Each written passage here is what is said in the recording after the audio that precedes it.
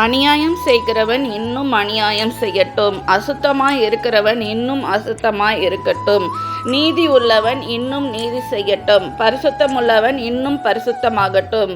இதோ சீக்கிரமாய் வருகிறேன், அவனவனுடைய கிரியின்படி அவனவனுக்கு நான் அளிக்கும் பலன் என்னோட கூட வருகிறது என்று ஆண்டவர் சொல்லுகிறார்.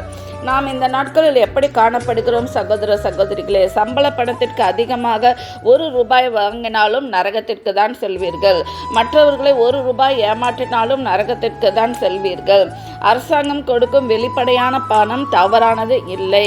ஆனால் மறைமுகமாக கொடுக்கின்ற பணம் அது லஞ்சமாக கருதப்பட்டு அது நரகத்திற்கு நேராக உங்களை அழைத்து செல்கிறது. உணர்வடையுங்கள் சகோதர சகோதரிகள். ஆண்டவர் சொல்லுகிறார், எல்லாரும் நீங்கள் சொல்கிறீங்க எல்லாரும் நான் வாங்கினார்கள் நானும் வாங்கினேன் என்று நினைக்காதீர்கள். அவனவனுடைய கிரியின்படி அவனவனுக்கு நான் அளிக்கும் பலன் என்னோட கூட வருகிறது என்று ஆண்டவர் சொல்கிறார்.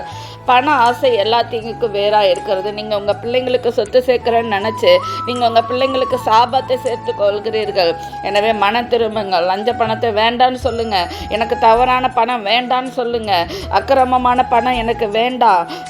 எனக்கு என்னுடைய தேவைக்கு மிஞ்சின பணம் எனக்கு வேண்டாம். தவறான வழியில் வருகிற பணம் எனக்கு வேண்டாம் என்று நீங்கள் மனம் திரும்பும் பட்சத்தில் ஆண்டவர் உங்களை மன்னித்து, ஆண்டவர் உங்களை மன்னிக்கிற தேவனாக இருக்கிறபடினால் உங்களை மன்னித்து ஆண்டவர் வருகைக்கு என்று உங்களை ஆயத்தப்படுத்த ஆண்டவர் வல்லமையுள்ள தேவனாக இருக்கிறார். நீங்கள் மனம் திரும்பும் பட்சத்தில்.